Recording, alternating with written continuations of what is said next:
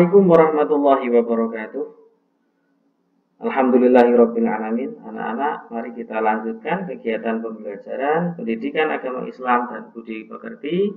Dan pada kesempatan ini kita akan membahas tentang iman kepada hari kiamat. Baiklah anak-anak, kita mulai dengan berdoa terlebih dahulu. Berdoa mulai. A'udzubillahi minasyaitonirrajim. Bismillahirrahmanirrahim. Rabbi zidni ilma warzuqni fahma, amin ya rabbal alamin. Baiklah anak-anak, sebelum kita membahas tentang hari kiamat, kita harus ngerti dulu apa itu iman. Nah, dalam kegiatan pembelajaran di kelas-kelas sebelumnya, kalian sudah tidak asing lagi dengan yang namanya iman. Nah, iman, apa itu iman? Ya, iman itu artinya percaya. Lalu kita tarik, dalam Islam ada yang namanya rukun iman. Rukun iman adalah pokok-pokok kepercayaan yang harus diyakini oleh setiap muslim. Ya, ada berapa rukun iman yang kalian ketahui? Ya betul, ada 6 rukun iman yang kita ketahui dan harus dihafalkan ya. Baik, apa saja kita sebutkan secara urut ya. Yang pertama, iman kepada Allah. Yang kedua, iman kepada malaikat. Yang ketiga, iman kepada kitab Allah. Yang keempat, iman kepada nabi dan rasul. Yang kelima, iman kepada hari kiamat. Yang keenam, iman kepada qada dan qadar. Dan pada kesempatan hari ini kita akan membahas tentang iman kepada hari kiamat. Anak-anak, sebelum kita membahas lebih jauh tentang hari kiamat, harus kalian ketahui bahwa inilah alam-alam yang harus dilalui oleh manusia. Oke. Perlu kalian ketahui saat ini kita berada di sini. Kita berada di alam dunia. Sebelumnya kita sudah melampaui 2 alam. Yang pertama adalah alam ruh. Alam di mana ruh manusia disiapkan oleh Allah Subhanahu wa ta'ala. Jadi sudah ada perjanjian khusus dari Allah Subhanahu wa ta'ala kepada kita semua ketika dalam bentuk ruh. Itu sudah Allah siapkan di sini. Nah, di mana? Di alam ruh.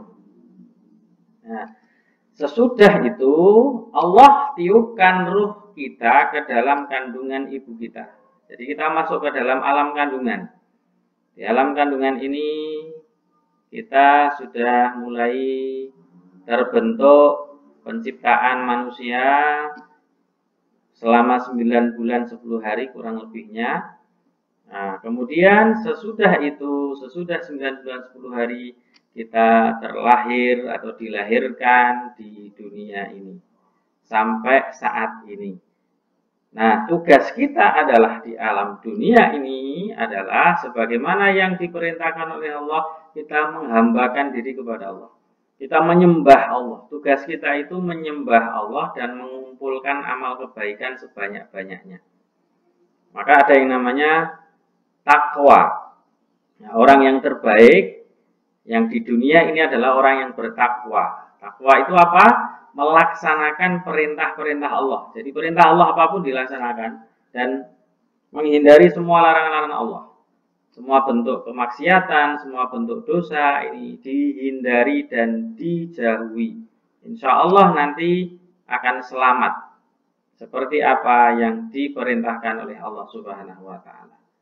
Nah, kalau sudah saatnya nanti, saatnya apa? Saatnya meninggal dunia atau orang itu mati, maka selesai tugasnya di dunia, dia akan berpindah alam menuju ke alam barzakh atau alam kubur. Dinamakan alam barzakh karena alam ini adalah alam pemisah antara dunia dan akhirat. Disinilah manusia menunggu kedatangan hari kiamat sambil Allah tampakkan di dalamnya bagi orang yang melaksanakan kebaikan-kebaikan, orang yang beriman, ditampakkan sedikit kenikmatan-kenikmatan surga. Tapi bagi orang yang bermaksiat, ada yang namanya siksa kubur.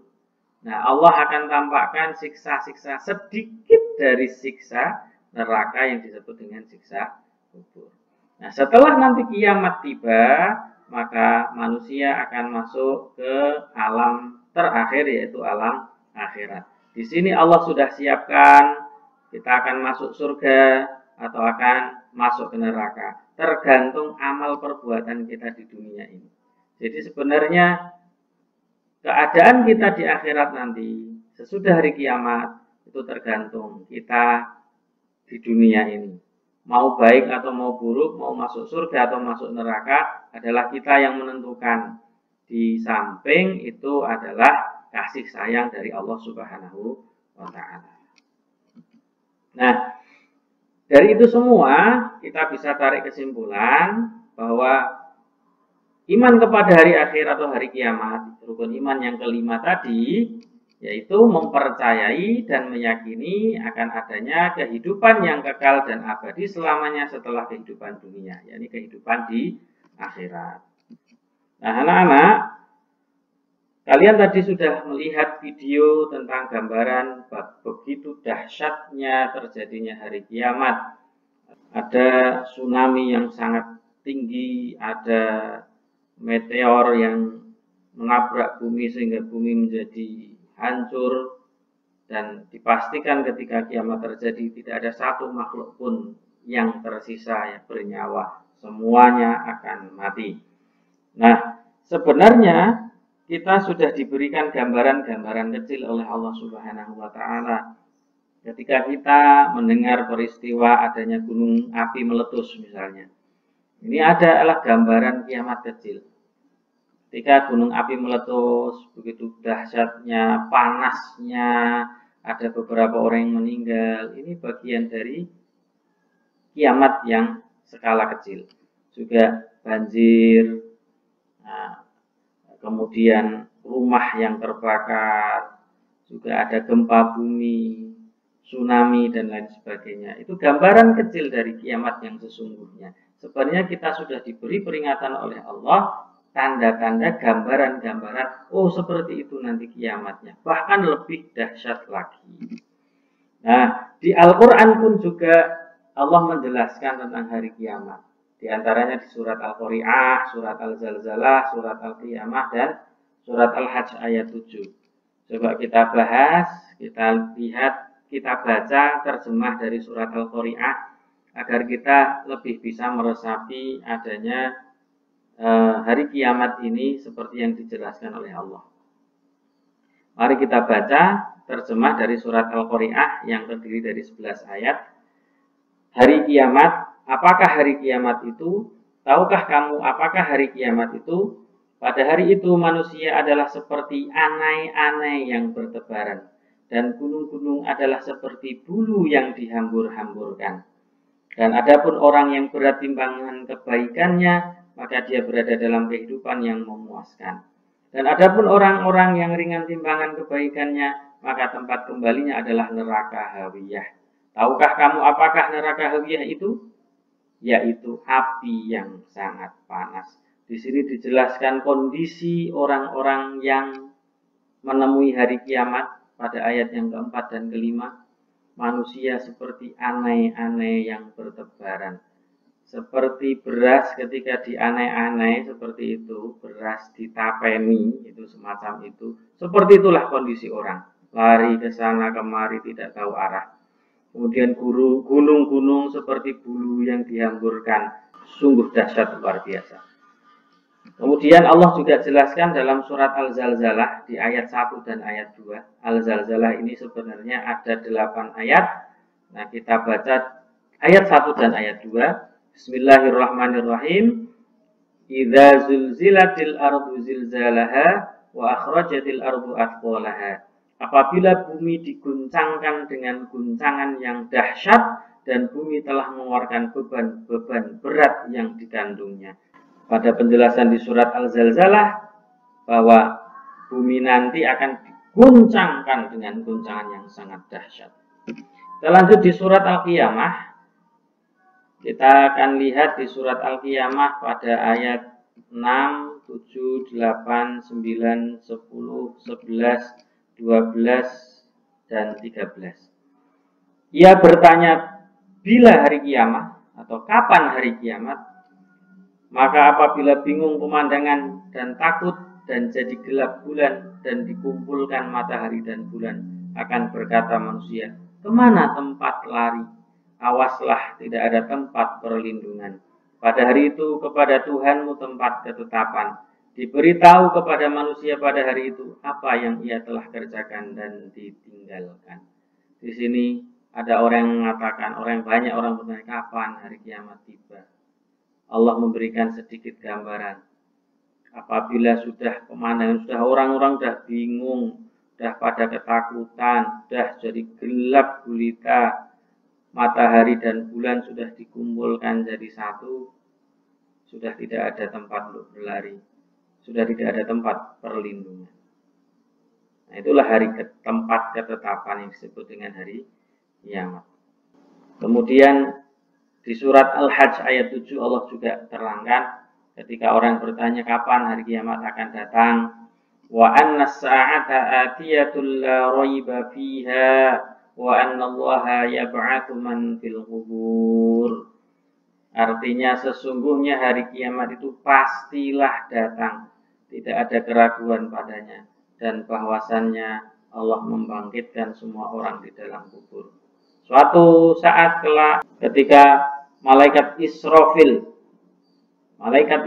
membunyikan trompet yang pertama, maka semuanya akan mati. Termasuk malaikat Israfil sendiri, dan yang terakhir adalah malaikat Israel sang pencabut nyawa, dia akan mencabut nyawanya sendiri. Kemudian Allah bangkitkan malaikat Israfil, kemudian malaikat Israfil meniup trompet yang kedua. Nah, di tiupan trompet yang kedua itu Allah bangkitkan semua makhluk ciptaan Allah dari dalam kubur. Ini di dalam Quran surat Al-Hajj ayat 7. Nah, anak-anak, tadi kita singgung adanya pembagian hari kiamat, bahwa hari kiamat itu ada dua. Di sini hari kiamat ada kiamat kubro dan kiamat sugro. Apa itu kubro? Apa itu sugro? Mari kita cermati baik-baik. Nah, yang pertama kiamat sugro, kiamat kecil, matinya manusia secara alami atau karena bencana alam. Jadi orang-orang meninggal dunia hanya sebagian kecil saja. Misalnya ada gunung api yang meletus, maka di bagian yang dekat gunung berapi itu banyak orang yang meninggal. Alhamdulillah kita di sini masih diberikan hidup.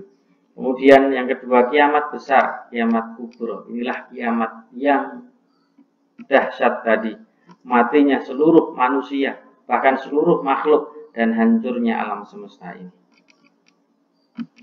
Kapan kiamat datang? Seperti tadi yang dijelaskan di dalam surat Al-Hajj ayat 7, pasti akan datang. Di sini juga banyak orang yang menanyakan, mereka menanyakan kepadamu tentang kiamat. Banyak orang yang menanyakan kiamat kepada Nabi Muhammad. Bilakah terjadinya? Kapan terjadinya? Allah suruh Nabi Muhammad menjelaskan, sesungguhnya pengetahuan tentang kiamat itu adalah pada sisi Tuhanku. Tidak seorang pun yang dapat menjelaskan waktu kedatangannya selain Dia, yaitu Allah. Kiamat itu amat berat kejadiannya bagi makhluk yang di langit dan di bumi. Kiamat itu tidak akan datang kepadamu, melainkan dengan tiba-tiba. Mereka bertanya kepadamu seakan-akan kamu benar-benar mengetahuinya. Katakanlah ya Muhammad, sesungguhnya pengetahuan tentang hari kiamat itu adalah di sisi Allah, tetapi kebanyakan manusia tidak mengetahui. Anak-anak, hari ini kita telah belajar tentang pengertian iman kepada hari kiamat dan juga tentang pembagian kiamat, yaitu ada dua, kiamat kubro dan kiamat sugro atau kiamat kecil, kiamat besar. Mudah-mudahan dari yang sedikit ini bermanfaat untuk kita semua. Kita akan lanjutkan pada pertemuan selanjutnya, masih tentang hari kiamat pada bagian yang kedua. Kita akhiri dengan baca hamdalah. Alhamdulillahirabbil alamin. Assalamualaikum warahmatullahi wabarakatuh.